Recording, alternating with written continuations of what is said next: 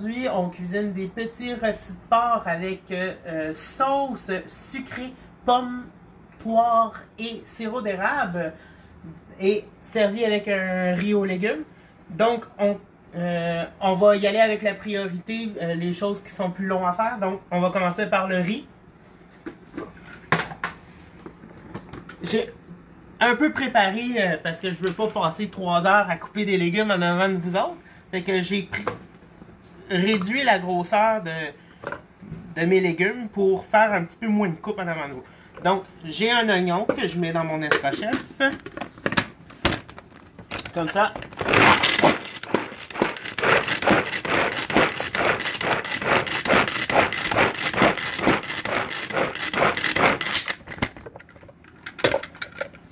Et on va lâcher encore un peu. J'ai un peu de misère à matin parce que ma lame était pas bien installée. Oh. Lâche pas trop.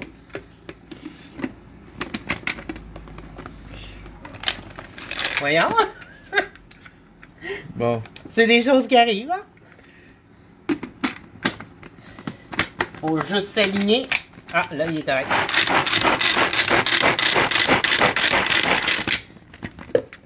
Et voilà. Tout bien haché. Comme ça. J'ai oublié de sortir une spatule. C'est pas une spatule. C'est une maryse ou une langue de chat.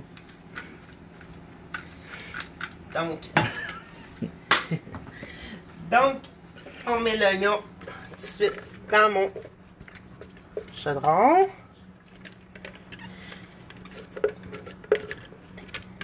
Donc, pour le riz, moi, j'aime mieux avoir des oignons plus fins et des légumes un peu plus gros parce que j'aime mieux avoir des bons morceaux de légumes dans mon riz. Mais vous pouvez faire tous les légumes dans l'estrochef, il n'y a aucun problème. Mais pour ma part, j'ai tout coupé mes céleris et mes carottes en bon temps. Puis après, je coupe en petits dés comme ceci. C'est étrange de voir un gaucher couper des légumes. J'ai l'impression de filmer en inversé. Coupe-toi pas un doigt. Ça va pas dans la recette. Ensuite, j'ai mes carottes. Oui, j'ai des carottes multicolores. Là, vous voyez du orange. Mais quand que je vais continuer à couper tout à l'heure, vous allez voir des carottes mauves. Un peu mauve comme ça, là. Ben mauve, mais bon, c'est des carottes mauves qui sont faites comme ça. Là, on les a pas teindues dans le... On les a pas teintes dans le jus de betterave. Ils sont faites comme ça. Donc, ça met de la couleur. On s'entend que j'adore les légumes, fait que j'en mets beaucoup. C'est du riz aux légumes. C'est normal qu'il y ait des légumes. C'est rare que je me fais filmer durant le temps que je coupe des légumes, fait que je suis un peu nerveux. Ça va aller, t'es un master chef. Prochaine étape, Iron Chef. Mon Dieu, non. Ben, il faut voir grand.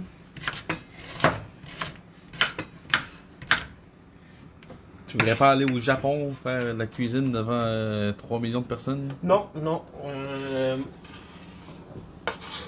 J'ai un peu de misère à cuisiner en avant des spectateurs parce que on s'entend que si on veut être rapide, faut se concentrer. Comme là, je suis un peu moins rapide que d'habitude parce que je vous parle en même temps. Mais je coupe beaucoup plus rapidement que ça normalement.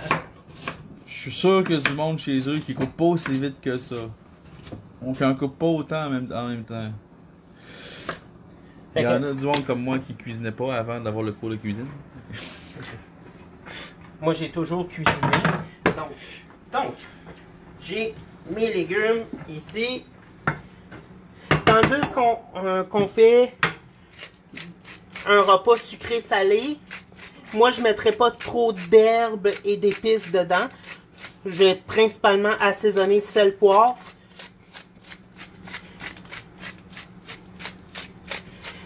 ça va être correct par la suite. Donc, sel, poivre.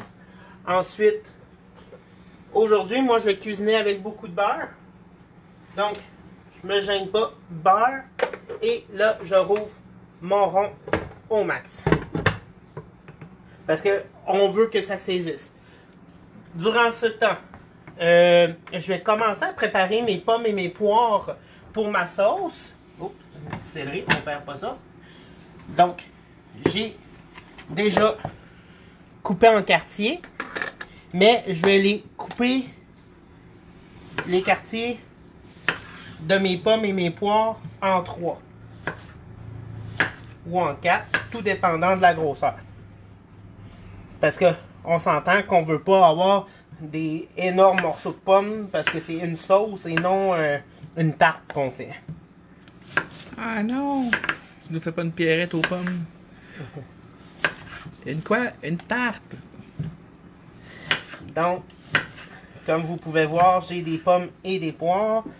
J'ai la totalité de 2 pommes. C'était des Macintosh qu'on avait? Je pense que oui. Ouais, c'est des Macintosh. Puis, j'ai mis 2 poires aussi. Je me rappelle pas de la sorte, par contre. C'est des poires Oups. rouges, je pense. T'as une pomme qui se sauve. C'est une poire. Je suis libre! Je suis libre! Là, dans ma grande, tu vas finir dans le compost comme les autres. Tu vas avoir la joie de te décomposer avec tes amis. Donc,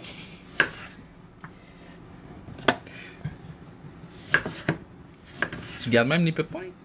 ben, les pépins avec la cuisson, ils vont venir mou, donc ça dérange pas grand chose. Ben, j'en ai enlevé la plupart, j'ai enlevé les cœurs, mais on s'entend que dans des poires, c'est un petit peu plus compliqué parce que le cœur, il est comme bombé, fait que je voulais pas perdre trop de chair, fait que j'ai pas été creusé dans ma poire. Donc, j'ai enlevé mon couteau parce que j'en aurais plus de besoin. J'aurais dû commencer mon poêlon d'avance. C'est ce que j'ai failli te dire.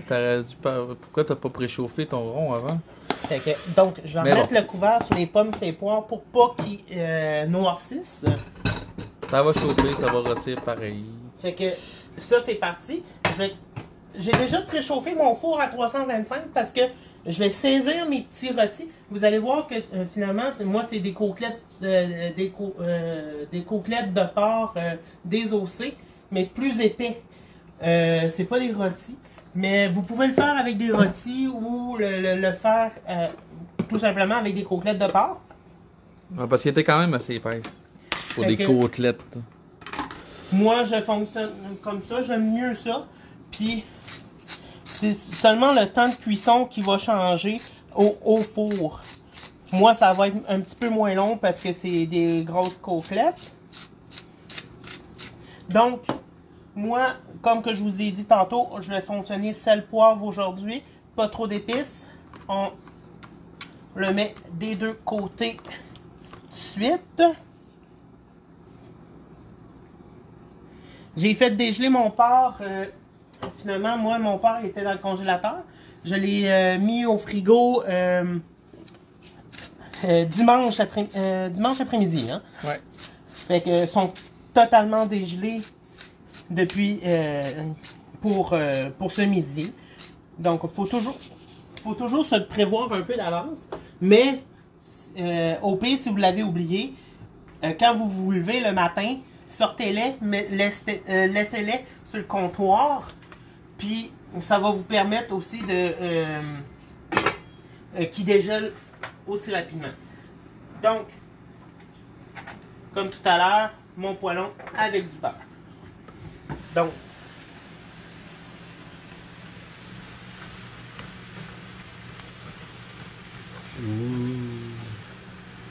Ça sent bon.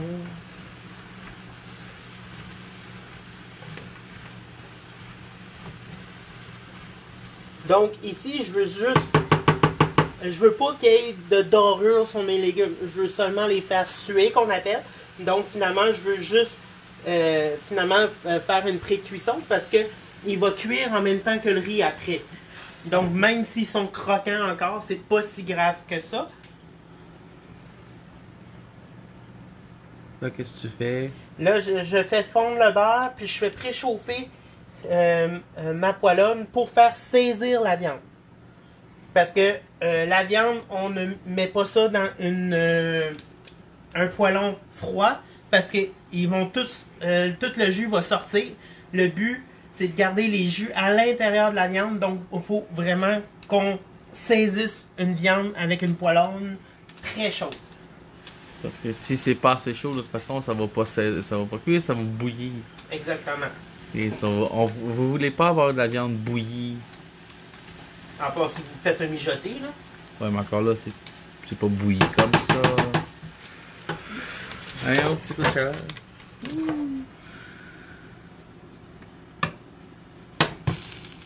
Donc on va attendre que le beurre ait un peu de coloration.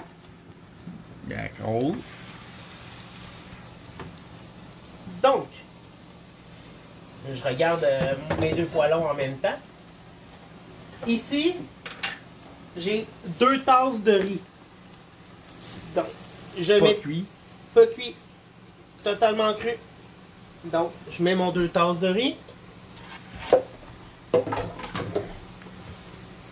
Je mélange un peu.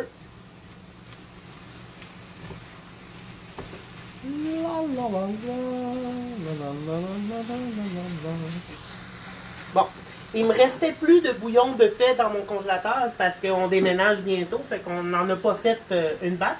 Fait que là-dedans, j'ai 3 tasses de bouillon. J'ai mis 3 cuillerées à soupe de Beauvril dedans, au poulet. Donc ça me fait un bouillon artificiel, mais qui fait la job, tu sais. Artificiel, c'est pas comme celui en poudre jaune non plus. C'est ça. Donc, je mets le 3 tasses. Donc, 2 tasses de riz, donc 3 tasses de bouillon. Donc, une fois et demi la quantité de bouillon pour le riz. Puis, on veille que c'est tout bien recouvert. On met le couvert, puis on baisse le rond un petit peu au-dessus du médium. Pour ceux qui se posaient des questions, c'est quoi du Beauvril? Beauvril, ben finalement, c'est du concentré de bouillon. C'est le nom de la marque, le Beauvril. Oui, Beauvril, c'est du concentré de bouillon. Donc, ma poêlonne est chaude. On met mes morceaux de porc.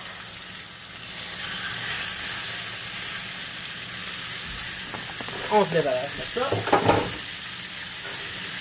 Oui, ça fait de la vaisselle, mais pas grave, ça va être bon dans la gueule. On va avoir besoin d'une paire de pinces. Une paire de pinces. Mais quelles pinces, docteur? Les pinces de crabe, les pinces long nose? Quand je cuisine une viande, je n'utilise jamais une fourchette dans ma viande. Un, parce que je veux pas briser mes poêlons. Puis deux, c'est parce que quand tu perces la viande, ben si vous voulez une cuisson plus uniforme, ben il va cuire plus dans les trous que vous avez fait avec votre fourchette ou votre couteau que vous utilisez. Fait que j'utilise toujours une paire de pinces. Ça permet une cuisson uniforme et ça évite que l'intérieur de la viande vienne sec. Ouais. Puis piquez pas la viande non plus un coup qu'elle est cuite, ça va faire sortir le jus. Ça va tout se dessécher.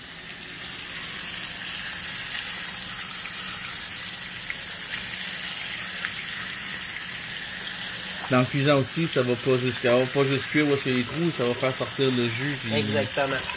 ça va être sec. Comme de la semelle de botte.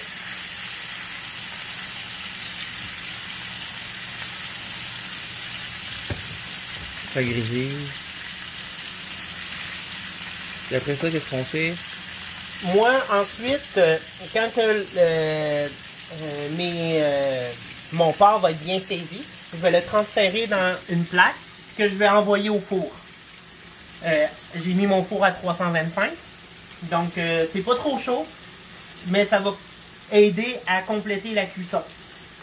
Parce que en étant que c'est épais, ben, ça prend un petit peu plus de temps de cuisson. Du porc, ça se mange rosé et non saignant. Puis Ben, Rosé ou bien cuit, mais pas saignant. c'est ça. Donc, Pas un steak. faut prendre le temps de bien le cuire. Un steak, vous pouvez le manger bleu, mais le poulet, vous devez le manger bien cuit. Le porc aussi. Fait que sinon, si c'est pas assez cuit, vous allez être malade.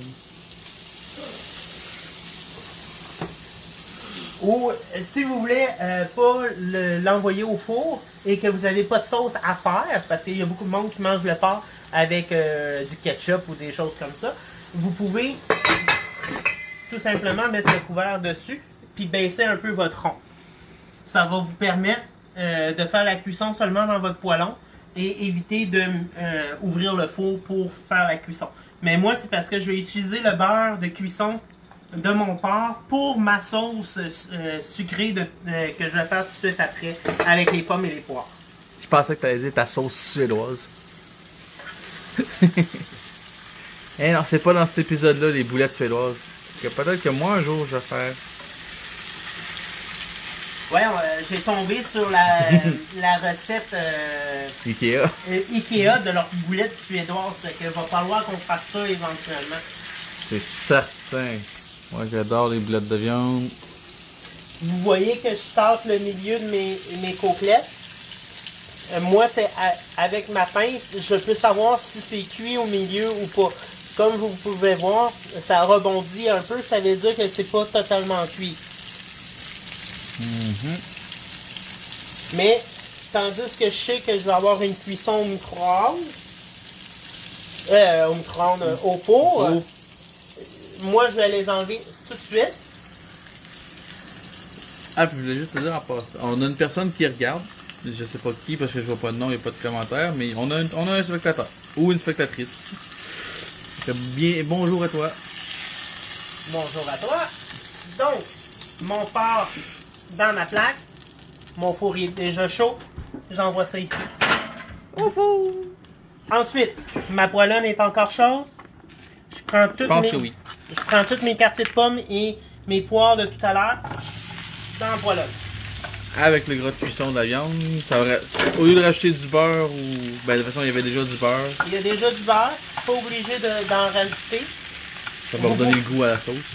Mais vous pouvez en rajouter aussi si vous voulez. La santé ça. Santé, comment ça se fait? C'est les bonnes pommes, cookies. Oui, je fais mon agace, le caméraman fait son agace. Donc, mon riz. Bonjour Liliane. Dis bonjour David. Bonjour. Non mais pas bonjour à moi, bonjour à Liliane. Bonjour Liliane. Ça va bien? Ça va sentir bon.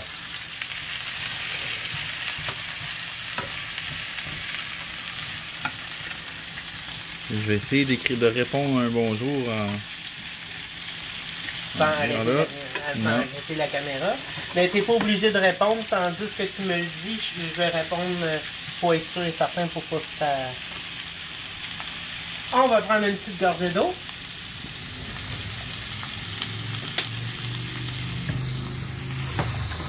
Donc pour les pommes, on attend qu'ils commencent à compote de pommes. Ok. C'est correct? Donc, oui, j'ai eu le temps d'annuler. J'ai failli arrêter le live, mais j'ai mis le stop pour annuler ce que je fais. Donc, on fait à peu près le même principe qu'une compote de pommes. On les laisse tomber un peu. On les laisse tomber?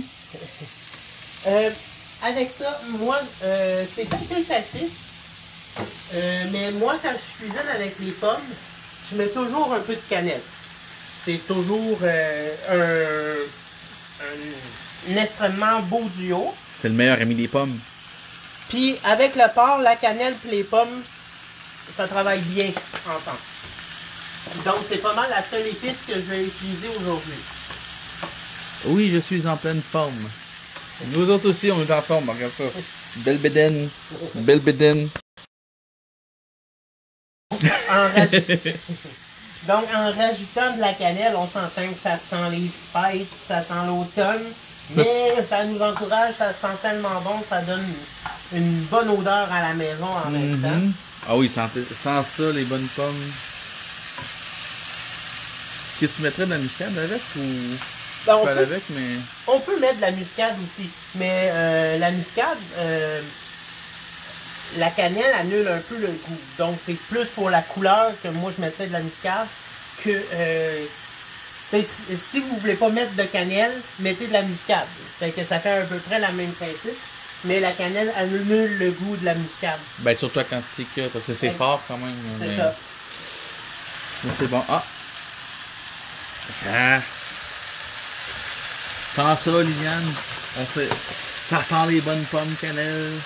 Donc, là, ils ont tombé un peu. Je rajoute 2 cuillerées à soupe de farine tout usage. C'est ça qui va me permettre d'épaissir ma sauce ensuite. Puis, je mets tout de suite le sirop d'érable. On y va vraiment au goût. Moi, je voulais finir le pot. Fait que... Là, tu aurais peut-être brassé avant que ça fasse des motons. Inquiète-toi pas. Fait que là...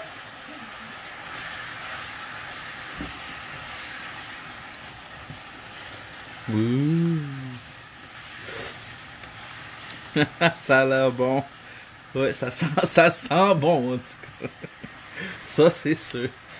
Finalement, quand que vous voulez faire une tarte aux pommes, puis vous voulez avoir une recette quand même originale, à l'étape là, rajoutez un jus, comme un jus de pomme, un jus de canneberge, un jus de votre choix. Et si vous voulez faire quelque chose de salé, ben vous rajoutez du bouillon de poulet. Sucré, salé, sucré, salé, ça va bien ensemble. Donc, là, j'ai mis 1 tasse et demie de bouillon. À peu près. À peu près.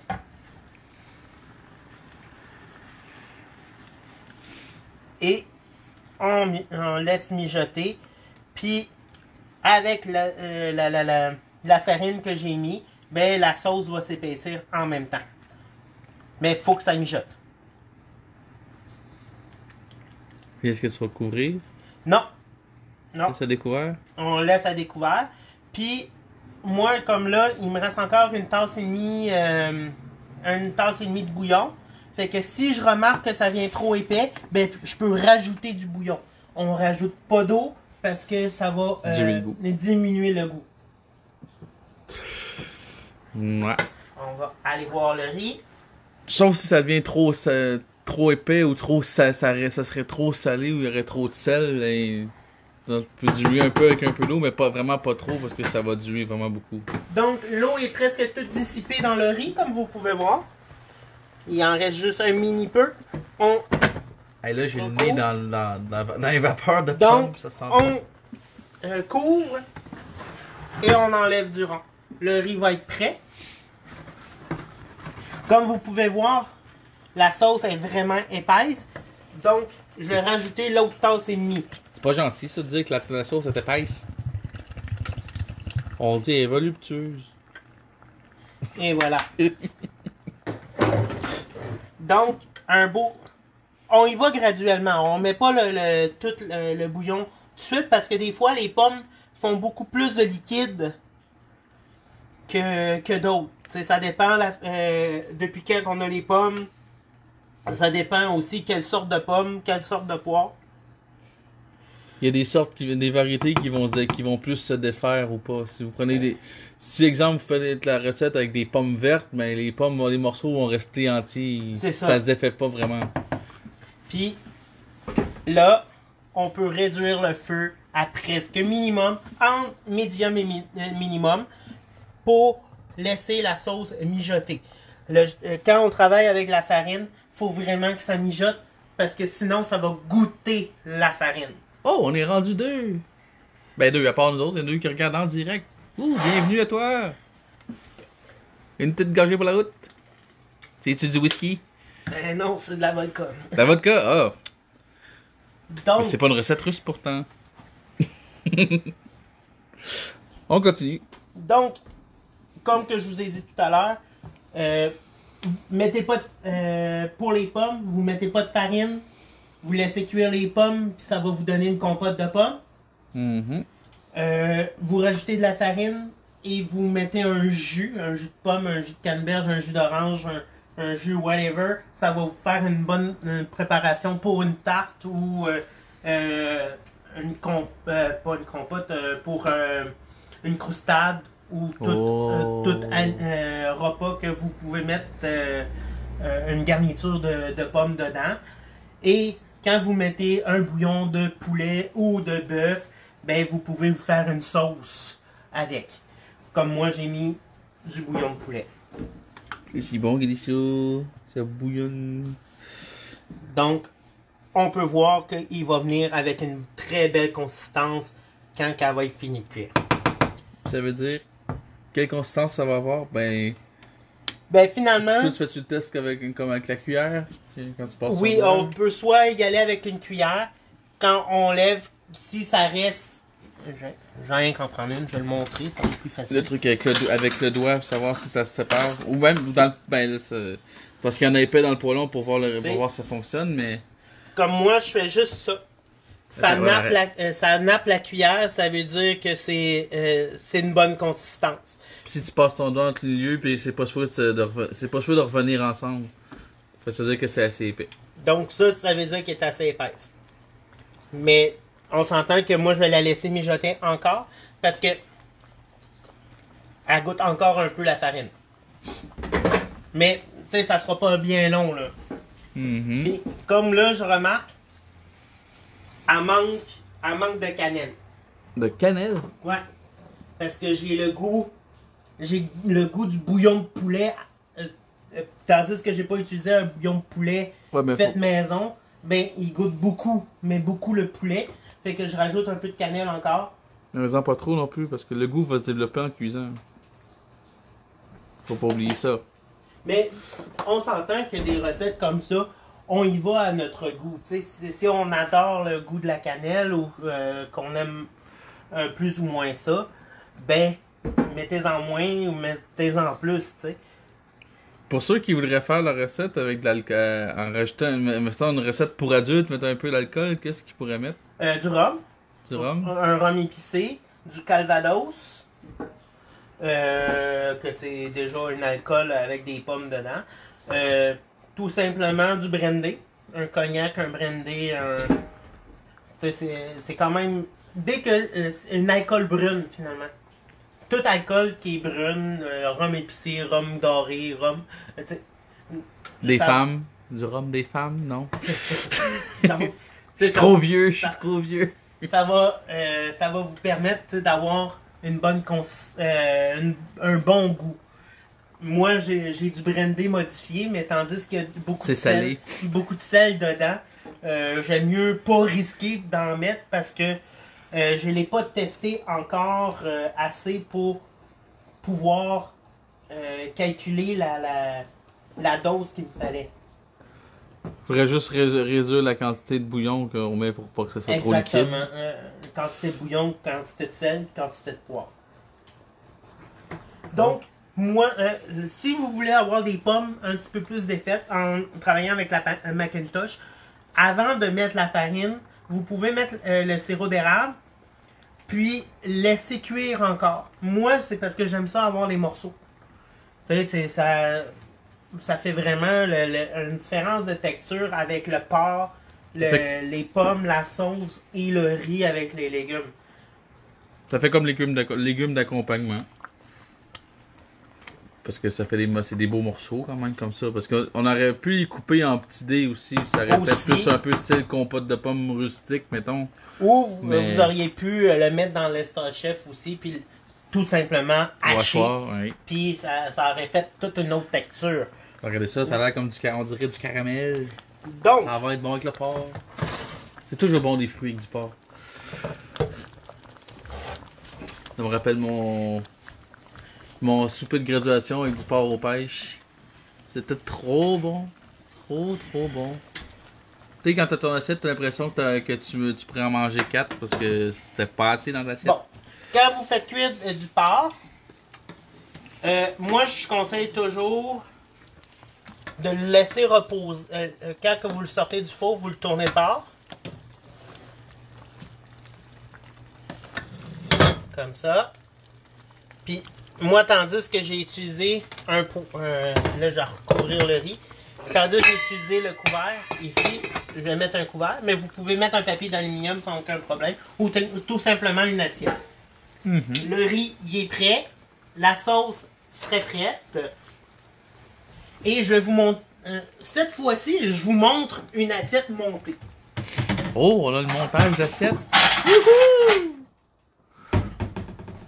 Donc, on va sortir les ustensiles nécessaires. Attends, je vais te faire ça un peu. Si tu veux la mettre ici, après.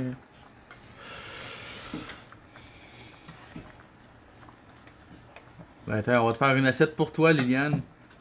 Comme ça. C'est juste dommage qu'on puisse pas aller te la porter.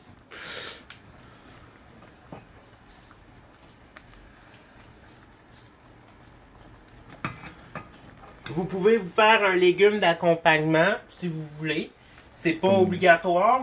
Tandis que beaucoup de légumes dans le riz, ben, vous pouvez seulement manger le riz aux légumes. Ou une petite salade. Une petite salade. Des des choux de Bruxelles. brocoli. Brocoli. Ce que vous désirez. Nous, tandis qu'on déménage bientôt, ben... Nos légumes réduisent. C'est ça, nos légumes réduisent. Donc, moi, je sers ça. Oups, j'ai scellé le bord de l'assiette. Comme ça. On va prendre un linge, on va essuyer le bord. Et voilà. Mais là, il te manque pas la côte. Ah non, elle est là, ok. Wow! Donc, c'est une belle côte, là, une belle assiette. Une belle assiette. Pain.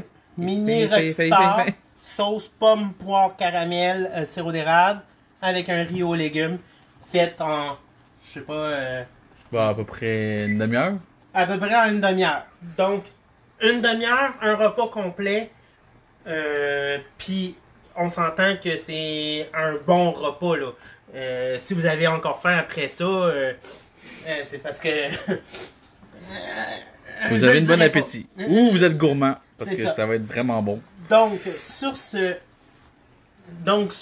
je vous souhaite une excellente journée et bon appétit. Bon appétit!